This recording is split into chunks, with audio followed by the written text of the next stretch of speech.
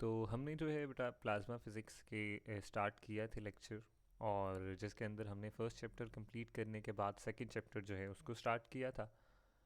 Second chapter में हमारा last जो टॉपिक था वो तो सिंगल पार्टिकल मोशन, जबकि ई की वैल्यू ज़ीरो नहीं थी। ई जो था was a finite value of E, और हमने जो है उसकी इक्वेशंस को फाइंड आउट किया था वन बाय वन। लेकिन आज जो है हमारा टॉपिक है कि हमने नॉन यूनिफॉर्म मैग्नेटिक फील्ड, ये कल का लेक्चर है बेटा जिसके अंदर हमने कुछ इक्वेशंस फाइंड आउट की, फिर हमने इसकी जो जायरेशन है उसको देखा। ठीक है, इसकी डिटेल जो लेक्चर है वो दो पार्ट्स के अंदर जो है वो पीछे डिवाइडेड है बेटा। पिछले लेक्चर्स जो इससे दो हैं वो डिवाइडेड हैं, सीरीज नंबर 1 2 3 4 उनको दिए हुआ है। और एक और बात ये बेटा कि अगर लेक्चर जो है वो थोड़ा लेंथी हो जाता है तो फिर मैं इस तरह करता हूँ कि मैं उसको डिवाइड कर देता हूँ। उसका रीज़न मैंने यही बताया है कि जब मैं उसको एडिट करने लगता हूँ तो आई डोंट नो, एक बग आता है मेरे पास कि वो जो एडिटर है वो तकरीबन 10 से 15 मिनट बाद खुद ही वो बग दे देता है। वो जो काम आपने करना है तो 10 से 15 मिनट के अंदर ही करना होता है। तो उसमें इशू ये आता है मेरे पास कि फिर अगर लेंथी वीडियो हो तो वो 95% पे, 90% पे या 96 पे जाके तो फिर वो बग आ जाता है, वो हो नहीं पाती। जिस वजह से मैं जो है फिर इसको डिवाइड कर देता हूँ ताकि जो है वीडियो मैं आपके लिए बना सकूँ। वैसे मैं कोशिश करता हूँ कि वो पार्ट जो है अगला उसी से जगह से शुरू होता है। ठीक है बेटा, तो आज हमारा टॉपिक है ग्रेडियंट बी ड्रिफ्ट। हमने फाइंड टू ड्रिफ्ट वेलोसिटी ही करनी है आज। चलते हैं अपनी बुक की तरफ, एफचैन की बुक की तरफ। कि एफचैन की बुक के ऊपर, ये जो फ्रांसिस एफचैन की बुक है जिसका मैं हवाला हर लेक्चर के स्टार्ट में देता हूँ बेटा, चलते हैं और देखते हैं कि यहाँ पे टॉपिक कैसे है, इसको टॉपिक को वो कैसे लिखता है, और हमने जो है इसकी इक्वेशंस को जो है बुक की इक्वेशंस को कैसे जो है वो आज ड्राइव आउट करना है। ठीक है, तो चलते हैं बेटा बुक की तरफ।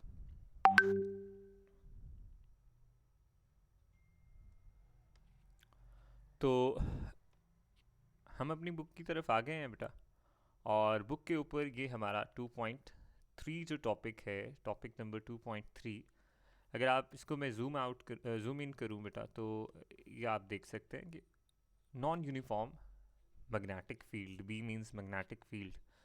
तो अब इस तरह है बेटा कि इस केस के अंदर हमने जो है, मैं आपको थोड़ा सा इसका रिव्यू दे दूं अगर चैप्टर का, तो चैप्टर में हमने क्या किया, सिंगल पार्टिकल मोशन जो है, हमारे चैप्टर का नाम था सिंगल पार्टिकल मोशन, यानी कि हमने जो है इसमें प्लाज्मा जो कि आयन से बना है, इलेक्ट्रॉन और नेगेटिव और पॉजिटिव आयन से बना है, उसके अंदर हमने किसी भी एक पार्टिकल को ले लिया, हमने पॉजिटिव पार्ट जो है वो आयन को ले लिया, और हमने उसके मोशन को डिस्कस किया। पहले किया कि जब इलेक्ट्रिक फील्ड ज़ीरो थी तो हमने देखा कि उसका मोशन क्या था। ठीक है, हमने देखा कि वो एक साइक्लोट्रॉन बनता है और उसकी जो है वो साइक्लोट्रॉन फ्रीक्वेंसी के साथ और उसका एक जायरेशन वो करता है। फिर हमने जो है उसके ऊपर फाइनाइट इलेक्ट्रिक फील्ड अप्लाई की लास्ट लेक्चर के अंदर।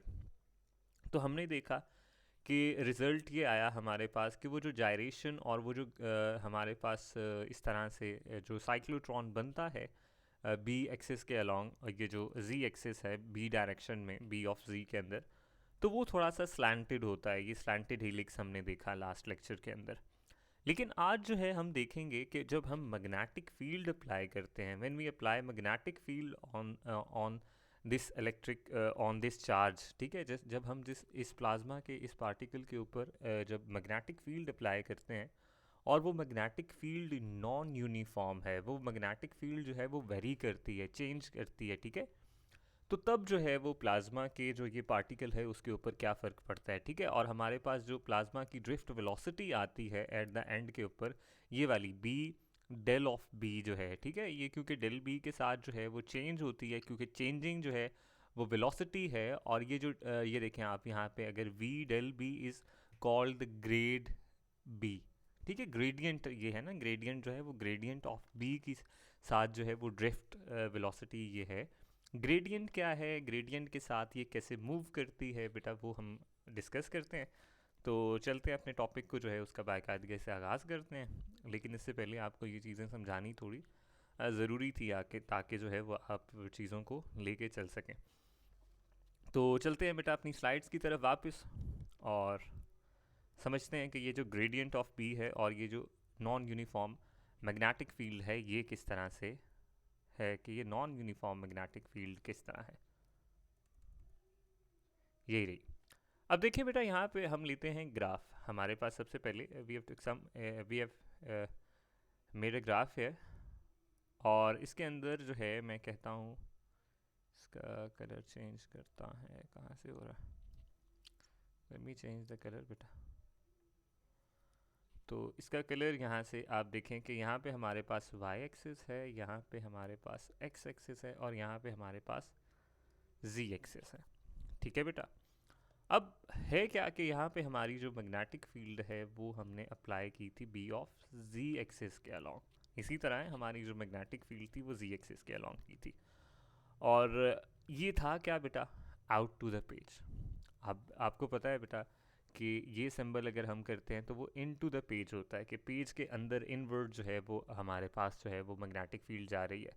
लेकिन अगर हम डॉट डाल के इस तरह से सर्कल डाल दें तो उसका मतलब होता है outward, out to the page, out from the page बेटा, कि पेज से जो है वो बाहर को जो है वो हमारी मैग्नेटिक फील्ड आ रही है। तो अब ये जो हमारी मैग्नेटिक फील्ड है बेटा, अगर आप इसको देखें तो ये हमारे पास क्या है, आउट टू द पेज। ये जो आपके पास ये वाला है ना पोर्शन बेटा, ये मैग्नेटिक फील्ड को रिप्रेजेंट कर रहा है। ये किसको, यही z एक्सिस के अलोंग अगर आप देखें तो ये मैग्नेटिक फील्ड को रिप्रेजेंट कर रहा है। अब ये हमने देखना है बेटा कि ये मैग्नेटिक फील्ड यूनिफॉर्म नहीं है। जैसे आप देख सकते हैं कि अगर आप नीचे देखें, यहाँ पे देखें, तो यहाँ पे जो आपके पास ये यहाँ पे जो मैग्नेटिक फील्ड है वो लाइंस कम हैं, एक है, फिर दो है, फिर तीन है, फिर चार है, फिर पाँच है। यानी कि ये जो ग्रेडियंट है बी का वो इंक्रीज कर रहा है अपवर्ड। ये जो ग्रेडियंट है बी इंक्रीज कर रहा है अपवर्ड, और वाई एक्सिस के अलोंग जो है वो इंक्रीज कर रहा है। यानी कि जी एक्सिस के अलोंग तो हमारी मैग्नेटिक फील्ड अप्लाई हुई है, लेकिन ये जो चेंज इसमें डिपेंडेंस है वो वाई एक्सिस की भी है। इसके लिए मैं इसमें लिखूंगा B B of Z into Y, function of Y. ये फंक्शन किसका है, वाई का है, क्योंकि ये वाई की जो यहाँ पे फील्ड लाइंस हैं वो चेंज हो रही हैं, वो ऊपर जाते हुए चेंज हो रही हैं। आई होप सो आपको इस बात की समझ आ गई होगी। अगर नहीं आई बेटा तो आप जो है वो मुझसे दोबारा इसके ऊपर कंसर्न कर सकते हैं, कमेंट बॉक्स में मुझसे पूछ सकते हैं, ठीक है। तो लेकिन बच्चे ये रिपीट कर, बच्चे जो है मुझे कमेंट करते हैं कि सर आप एक ही बात को बार बार कहते रहते हैं, तो इसलिए मैं जो है वो आगे चलता हूँ, ठीक है। तो अब इस तरह है बेटा कि मैं लिखूंगा एज बी ऑफ जी, इसी बात को जो मैंने आपको समझाया है मैं लिखूंगा as B of Z is directed along is directed along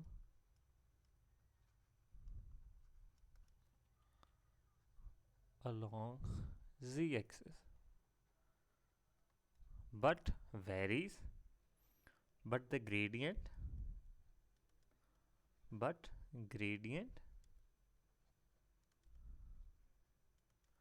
varies along y axis। तो नॉन यूनिफॉर्म हो गई। तो यही तो हम कह रहे हैं कि हमारी जो मैग्नेटिक फील्ड है y एक्सिस नॉन यूनिफॉर्म है, यानी कि y एक्सिस के अलॉन्ग अगर आप जाते हैं, जैसे जैसे ऊपर जाते जाएंगे तो मैग्नेटिक फील्ड जो है, मैग्नेटिक स्ट्रेंथ जो है वो बढ़ती जाएगी, मैग्नेटिक फील्ड लाइन ज़्यादा होती जाएंगी। यहाँ पे एक और है कि हमारे पास जो इलेक्ट्रिक फील्ड है हमने कहा वो ज़ीरो है। सिंप्लिसिटी के अंदर सिंपल रखने के लिए अपनी इक्वेशंस को हमने कहा कि जो है हमारी ई जो है वो यहाँ पे क्या है, ज़ीरो है। तो ये तो पहली अंडरस्टैंडिंग थी कि सिनेरियो क्या है। हमने प्लाज्मा के पार्टिकल को जो है वो ऐसी मैग्नेटिक फील्ड के अंदर रखा जो अगर हम वाई एक्सिस के अलॉन्ग नीचे से ऊपर को जाते हैं तो उसकी फील्ड लाइंस जो है बढ़ती हैं, यानी कि ग्रेडियंट ऑफ बी जो है वो अपवर्ड इंक्रीज करता है, ठीक है, अपवर्ड इंक्रीज करता है। अब आगे चलते हैं। तो जैसा कि आप जानते हैं बेटा कि v इज इक्वल्स टू क्या होता है, v is equals to R omega. हम एंगुलर जो वेलोसिटी है वो पढ़ चुके हैं, ठीक है। आपके v is equals to R omega होता है, तो हम v perpendicular is equals to R perpendicular omega c लिखते हैं इसको। ये साइक्लोट्रॉन पार्टिकल हमारी कंडीशन के अंदर, हमारा जो केस है उसके अंदर जो है वो इस तरह से जो साइक्लोट्रॉन बनता है, उसके लिए ये मैं आपको पहले बता चुका हूँ कि v परपेंडिकुलर क्या होता है, कि जो मैग्नेटिक फील्ड लाइंस के हमेशा परपेंडिकुलर होता है। और आर परपेंडिकुलर जो है वो जो साइक्लोट्रॉन एक सर्कल में या एक साइकिल बनाता है उसकी जो रेडियस है उसको हम कहते हैं। तो इसमें से अगर मैं आर परपेंडिकुलर को निकालूं बेटा यहाँ से, तो R perpendicular will be equals to V perpendicular over omega C. यहाँ पे अगर आप देखें तो ओमेगा सी हमारे पास साइक्लोट्रॉन फ्रीक्वेंसी है जो कि किसके बराबर है, क्यू बी जी इंटू वाई, क्योंकि हमारे पास वेरिंग मैग्नेटिक फील्ड है तो अवर एम आता है।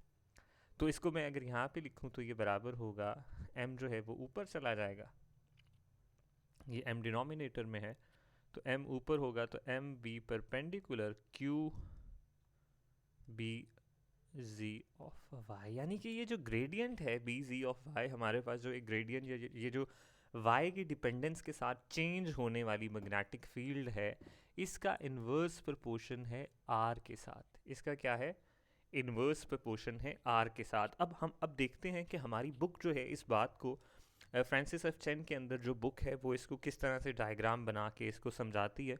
मैं आपको समझा दूंगा डायग्राम, बाकी जो है वो स्टेटमेंट आप अच्छे से पढ़ के आपको वो अच्छे से समझ आ जाएगी। तो चलते हैं बुक की तरफ।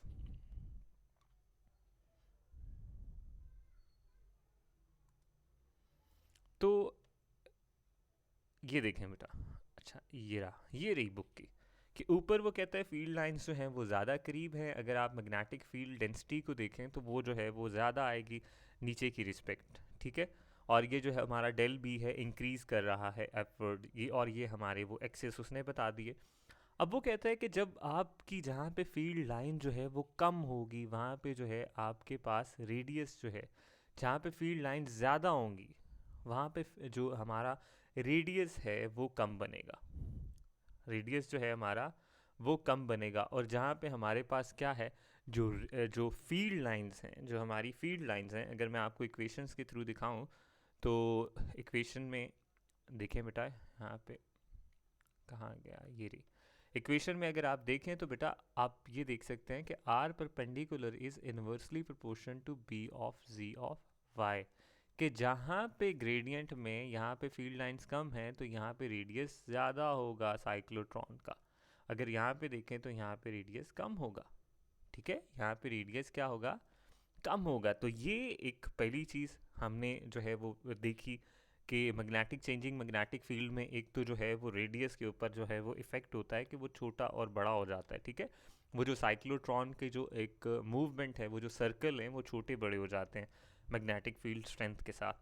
अब हमने जो है इसकी कैलकुलेट करनी है ड्रैग वेलोसिटी, इसकी जो है वो ड्रैग वेलोसिटी या ड्रिफ्ट वेलोसिटी, जिसको ड्रिफ्ट वेलोसिटी कहते हैं, वो हमने कैलकुलेट करनी है कि जब फील्ड के अंदर पार्टिकल को रखें तो वो किस तरह से ड्रिफ्ट वेलोसिटी, उसकी जो वेलोसिटी होती है वो क्या होगी। तो उसके लिए हम सिंपली जो है वो लॉरेंट्ज फार्मूले से स्टार्ट करते हैं। हमारी हर इक्वेशन जो है इसमें आप अगर देख सकते हैं चैप्टर 2 में, तो वो लॉरेंट्ज फार्मूले से ही स्टार्ट होती है। तो वो क्या था बेटा, F is equals to Q into E plus V cross B, V cross B. और यहाँ पे क्या है बेटा, मैं चलें ये स्टार्ट का हमारा था ई जो है वो हमारा ज़ीरो था, तो मैं लिखूँगा V cross B of Z of Y, ठीक है। यहाँ पे जो है वो वेक्टर में ड्रॉ कर देता हूँ दोनों के ऊपर। तो ये तो हमारी जो है वो इक्वेशन हमारे केस के अंदर हो गई, ठीक है। अब जो है मैंने क्या करना है, हम हमेशा, ओहो भैया वाई नहीं लिखना था यहाँ पे, यहाँ पे अब हमेशा हम क्या करते हैं, क्रॉस प्रोडक्ट लेते हैं। और अब आई थिंक सो आपको क्रॉस प्रोडक्ट भी लेने का पता होगा, ठीक है, कि वी क्रॉस, इसका डिटर्मिनेंट के फॉर्म के अंदर इसको लिख के मैट्रिसेस फॉर्म में, और इसके कंपोनेंट्स अलग से लिख के, तो आप जो है इसका क्या करते हैं वो प्रोडक्ट ले लेते हैं। आई होप सो आप वो लिख सकते होंगे, मैं डायरेक्ट से इक्वेशन लिखूँगा।